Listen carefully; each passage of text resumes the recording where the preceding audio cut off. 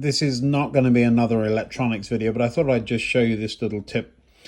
Making up these jigs on the bench instead of trying to do it on the circuit board. This just sits, it'll eventually sit on there, and I've spaced out those bends so that they line up with the pins I need to solder them to.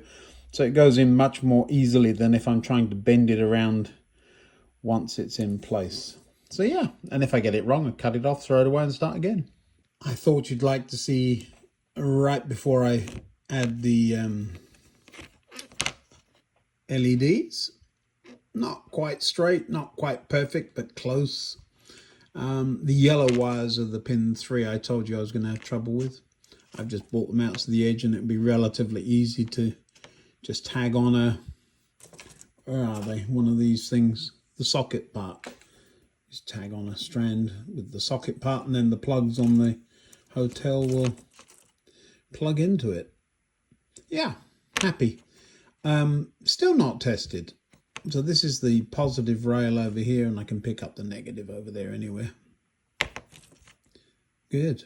I did say this wasn't going to end up in a third lighting video, especially when it's the same hotel. Just a clue about how we're intending to do this. This fits nicely in the back. Hot glue.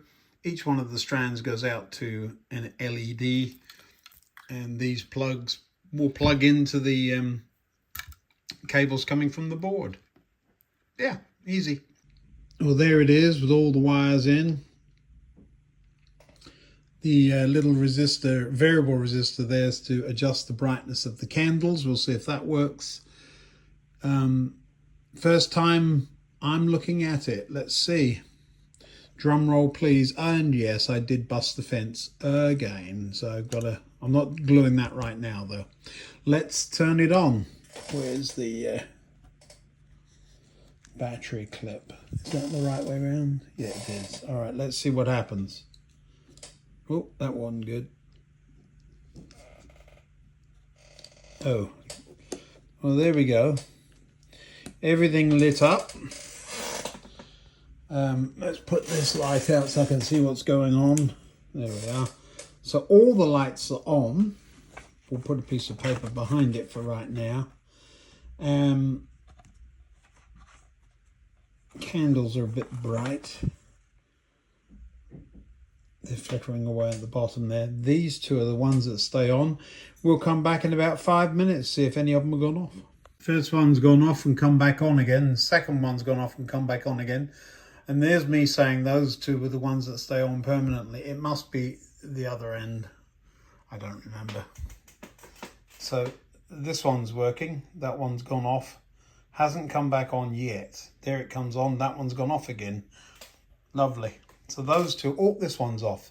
So there's 3 working. It's back on. Top left is off. Back on. Well, I'm not going to put you through this, but 3 of the 8 are working. I'll let you know if the rest do. Fun. I think all of them except one is working. It's probably the one I butchered. But all the lights come on at least.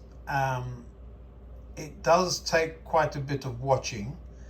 The downstairs ballroom looks lovely with the flickering candles on the tables. We need some people in there eating their dinner. There goes 1, 2, 3, and there'll be another one in quick succession. So 3 of the bedrooms have gone sleepy night-nights. I have made a light barrier between the rooms. There's a little bit of leak still because I haven't glued everything in place. There's 2 gone off, 1 come on, another 1 come on. So it does work. I think you do need a couple of them to be on permanently. The one above the front door is the one that's broken. So yeah, I'm very happy with that. 7 out of 8. And when it fails on. So yeah, lovely. So a little electronic project, just wrapping it up before we get on with something else today. Well, it's certainly a circuit I'll use again. It's dead simple, isn't it? Was it 4 or 5 components? Make one, make it work, make more.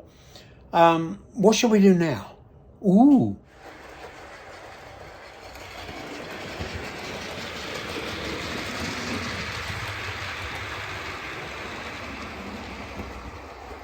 Today's question really is, can you have too many trains? And of course you can't, don't be silly. But to run a railway, run a model railway, of course you can. There was a time when I would cycle out of my house for about what seemed like a day, but it was only about 20 minutes, to Hever in Kent. If our little legs got too tired, we'd ride the train back to Edenbridge, which is where we lived. But we'd sit and wait and watch for trains which never came. There may have been 1 or 2 an hour at most, not 1 or 2 a second or a minute or whatever. The issue, of course, is although you can put 1, 2, 3 and a 4th running, there's just nowhere to put the trains. You can't have them running sensibly because there are too many on the layout. I've removed about half of the trains that were on the board, and I did that really quite recently. But that train, in my view, should have been coming through that track, but it can't because there's another train sitting there. I don't think you've seen me peering into that tunnel with a torch, but I often do. And I also don't know if you can see that there are 2 points, one behind the other there. And then 2 trains. You're just seeing the light up the back of, or the front of one of them in there.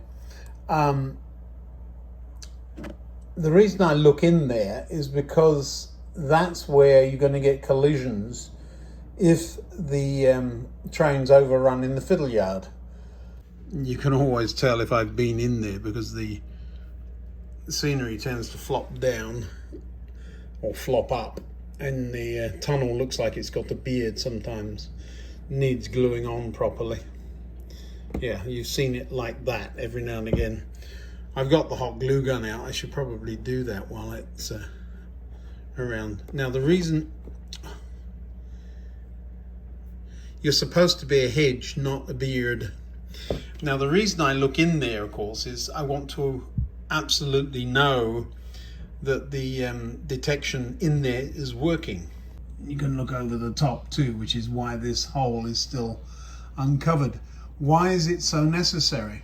The issue is that everything was working so beautifully with the short trains I used to hide in there that I added a couple of carriages to some of them, and so now the trains only just fit in those hidden sidings. It's not too smart. I should probably shorten them up again because there just isn't the tolerance that you need. So most of the Fiddle yard on this layout consists of 2 lines there, which really are quite visible. And behind it, there's room for 1 or 2 trains. It is broken into 2 sections, but I usually only park 1 train back there. And then there are 3 lines hiding in there, so a total of 4. There is a through line as well, so good number of lines hiding in that tunnel. And then under there, let me put some light under there. It looks like there's 2 trains in there, but if I shine a light under there, you'll see that there's a couple of others as well. So there's a couple of tracks hiding in the back there. So all of the Fiddle yard I have is hidden, right or wrong, sensibly or not. I don't know what that train is in the back. Actually, it's a 4 EMU, but I don't know which one. I should have to dig it out and see. There's certainly 2 of them. There's another one here, but you haven't seen those running for ages, neither this. So all of the lines back there are full. When everything's full, you've got no real play value, as it were. So we really do need. I really want to, that's a better way of putting it, isn't it? Want to install a fiddle yard on the end of the board. Let me show you. Now, we've talked about this a couple of times, but cutting there and here and straightening those out, and then taking these two station lines in. So where the back of the computer monitors are right now would be the start of the fiddle yard. Now, I may or may not scenic it, so make it a staging yard. I don't know. But the intent is to do the inverse of this. So the track runs around the edge of the board and perhaps would look something like this. So there's the edge of the board and a running track with a wall and a hill. But then the other side of the hill would be where the fiddle yard is, in the middle, as it were. Now, I've got space. I've got around about 7'6". I could force 8 feet, but I really shouldn't. From the end of here, running that way towards the tool chest over there. Looking this way, it would come out there and then go back there. And then that computer would then turn on that side. So I would have to walk where I'm standing. Now, the level crossing that I've set a challenge of, let's get that done before the end of the year. That is so dusty. Yeesh. That's the one I want to animate before the end of the year. The corner of this board then to the corner of that one is about 10 feet across there. So there is room. I'm not going to cut this corner off, but I would have to cut that corner off if I'm going to go anything like 8 feet. And I would still end up with a fairly tight walkway here into the rest of the train room. So there's no space restraint. I mean, that's a big old fiddle yard, but easy to access because I've got access from both sides. So really, and on top of that, the tracks would already be straight from here. This nice corner, I like that corner, but that's going to get repurposed, I'm sure. So if I cut here, this is already a couple of feet back. It's effectively 8x4.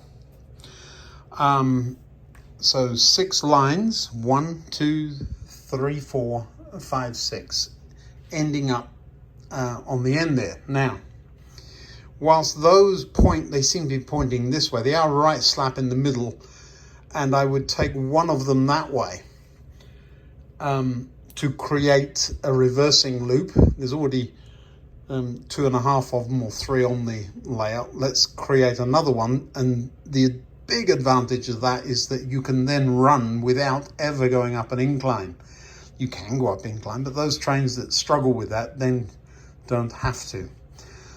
So really what I've got is 2 tracks running around and joining back up there, and 2 sitting in the middle, one going that way, one going this way. What do I do in the middle? And that's the question. So I've now got some drawing to do. I'm open to suggestions. This is not going to happen until late September at the earliest. I've got way too busy a schedule before then. But that's as you see it rolling out, that's the plan. So then this station would become a through station, as well as maintaining the terminus. So as far as shuttles are concerned, where Sherlock Holmes is sitting right now would be the midpoint heading to another station down at the other end, which is there. Talked about a complete rebuild of this end of the room as well. I want to get rid of, you remember I talked about this line lifting. I want to get rid of that sharp curve and the sharp curve at the top there to just ease everything up a bit. I'll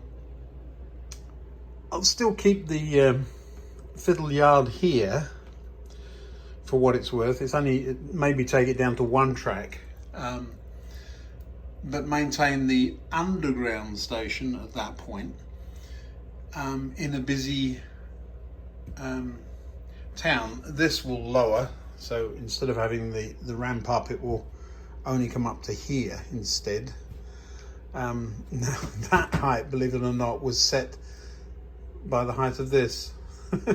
I could have cut the bottoms off, but I liked it. It looked good, so that's the height it was. So that's how we ended up with that height, but it's not track level. And it isn't high enough to clear the track, so we had to go up again. So yes, really wants to come down with a crossing and lose the underworld feel there. So this will become an underground station, and where that this is another bit of that wall stuff that will make this street wider, of course. So yeah, we've got the opportunity of skewing it or whatever. From the upside, next time you see a train going along here, when it comes off the viaduct, is so I don't intend to come this far back, but I could, or there, or leave it as it is, redo the face here and put a proper bridge or crossing in there. It's a bit of both, isn't it? It's going to end up, if these get covered up, it's going to end up with a crossing and a bridge. So it's quite an interesting little situation we've got there. My first problem is finding track. I need to go and find a box of Pico track. I'll have to have a look for that when I'm in England in a couple of weeks. You didn't need me wittering on, but it does give you a clue about what I have in mind. I got accused of clickbait. Me? No. I think what happened is I said setting up new chips. Somebody thought I was going to go over exactly how to do that. I am not. So if you clicked here, looking for that, you go find somewhere else. But it does remind me I do need to be a bit careful about what I call these videos. I'm straightforward. I'm not. It's nice when lots of people look, and it's nice when there's lots of subscribers. But I'm not gonna have people clicking because I've put some outlandish title there. So I'm one of those, what you see is what you get. Sorry. Another project, of course, is third and fourth rail. The fourth rail's relatively easy if I can actually find the wretched stuff. Glue it straight down to the sleepers instead of trying to use the insulators, and a daub of white paint. That's easy peasy. Third rail needs to run where the EMUs are running. They won't be running up the incline. They will be running into the big station, which is over that way, and into this station. So this is a mixed fleet. So third and fourth rail there, third rail on this one. The underground will never come in there. Never's a long time, Ian, but they don't fit in there, so they're not going in there. Neither will they go around here. Although that's where the fiddle yard is, but you can get there that way, remember? And if one of these tracks goes that way and one that way, you can turn around in that fiddle yard. You would be able to go off in that direction over the very London Underground looking scissor crossing. And so this would need third railing. I don't intend to send underground trains that way, but we can turn the EMUs around that way. So we would need third rail coming through the station. I would tend to think stopping it here, I don't know. Could run it on, and I'm wondering if those sidings in there could be set up to hold the two EMUs. There's two of them. one of them was in there a little earlier, so they do fit and they seem to stop in the right place. So that's potential. Yeah, so lots to think about. These are emery boards of some sort. I don't know who it was that suggested I needed to get some of these for the edges of the plastic kits, but it was a very good idea, so thank you whoever that was. Might also use them on the dog's claws, you never know. But yeah, so now I've got a bag full of those. I do listen to you, so when you come up with ideas, I'm taking heed. Well, that's interesting. While we were talking, do you see another one of those lights I said wasn't working has popped off, which is a good thing. Well, it's good so long as it comes back on. Let's have a quick look. Wait, see. Yes, it did. No. Top middle. I'm waiting. Not that one. Not that one, not that one. That one. Yeah, look at that. So it is working. In case you haven't realized, what I'm having to do in the background is every train has to go to every place it's ever going to go. And it has to do that in, has to do that both forwards and backwards to see, does it end up in the right place and does it stop in the right place and all that good stuff. So while it might seem I'm randomly running trains, I'm actually doing it for a good reason. You see Winston Churchill running for 2 days straight. Yeah, because first of all, it wasn't doing as it was supposed to. And I did have a smile at the suggestions of brandy and the cleaning materials. That one did stop a bit abruptly. I'm going to send it through the fiddle yard the wrong way, which is brave, and we'll see what happens. It may end up having to take about 10 minutes to get where I want it, because I want it to go out that way and come back that way. That's the next thing, and that one has never done it, so let's give it a go. There is a path. It's just a question of how long is it going to take. It'll be interesting. This is why I was peering into the tunnel a few minutes ago with the torch. My best guess is it's going to come out of there, hopefully in one piece.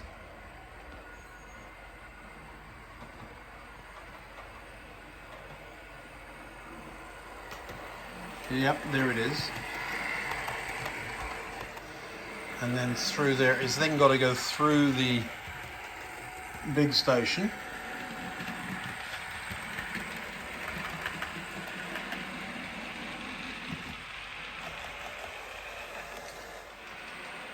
Out the other end, past the Eel's signal box, and off around the layout.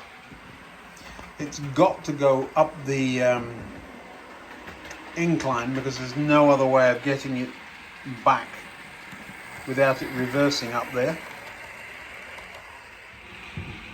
I'm intentionally leaving the camera running. I want to see how long this particular train at its normal running speed takes to do that path.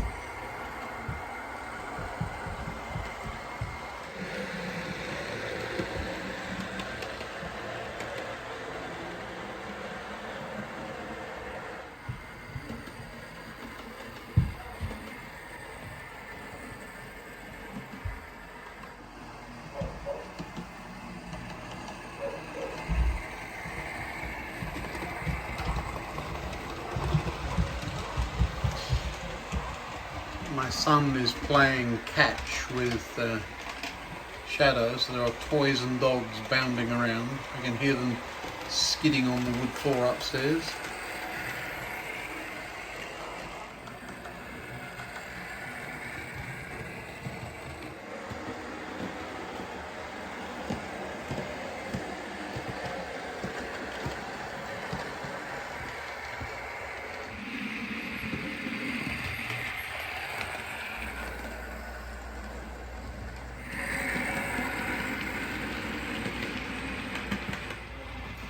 it's now got to run through the station the other way, of course. It's all of that was just a turnaround.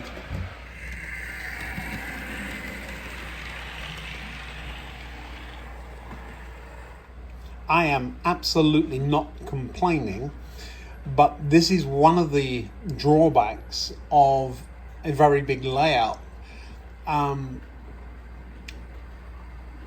Once this train stops, I've then got to decide, do I make adjustments or don't I? We'll see in a second. Here it comes. And that has taken, let me see how long, start to stop. 6 minutes and 7 seconds from the time it started there to the time it stopped there. So one complete circuit going that way and coming back that way, 6 minutes. That's a long time.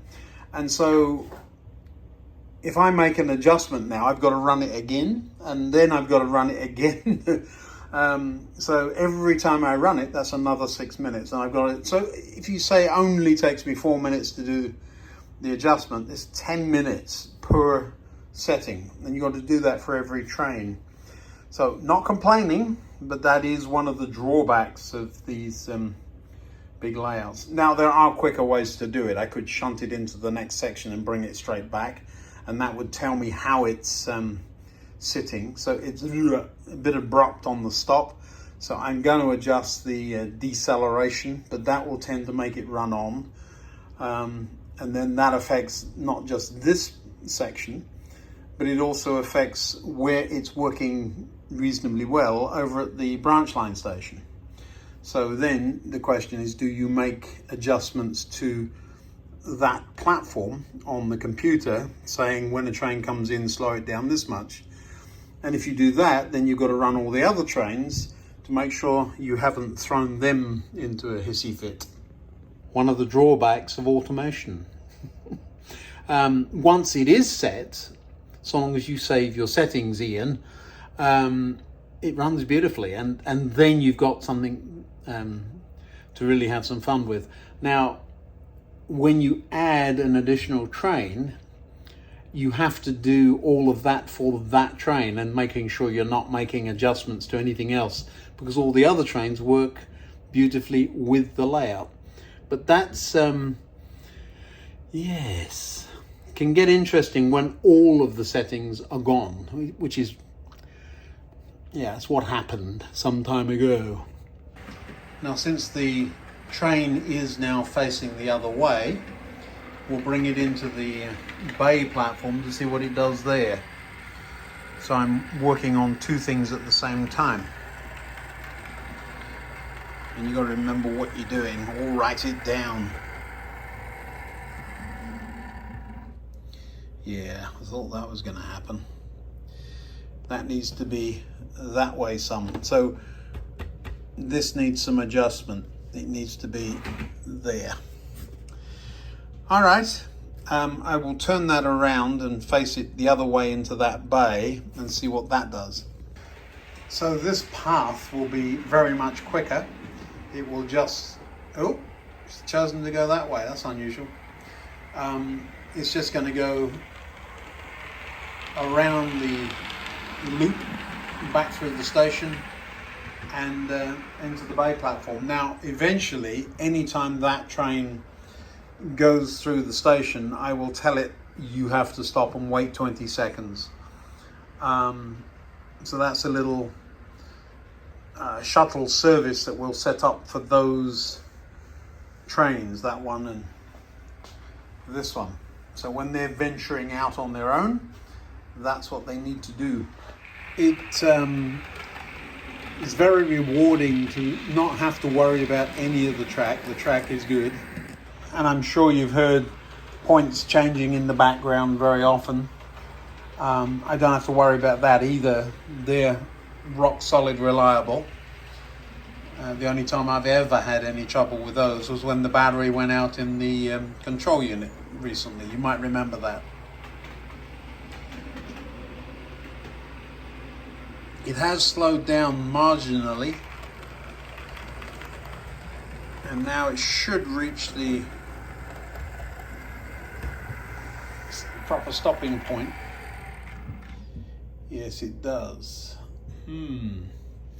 Well, that's an issue, because if we tell it to run on, it will run into the buffers, and this is why we have to do this. So that train can't come in the other way in that section right now until we do something to the train when it's heading in that direction.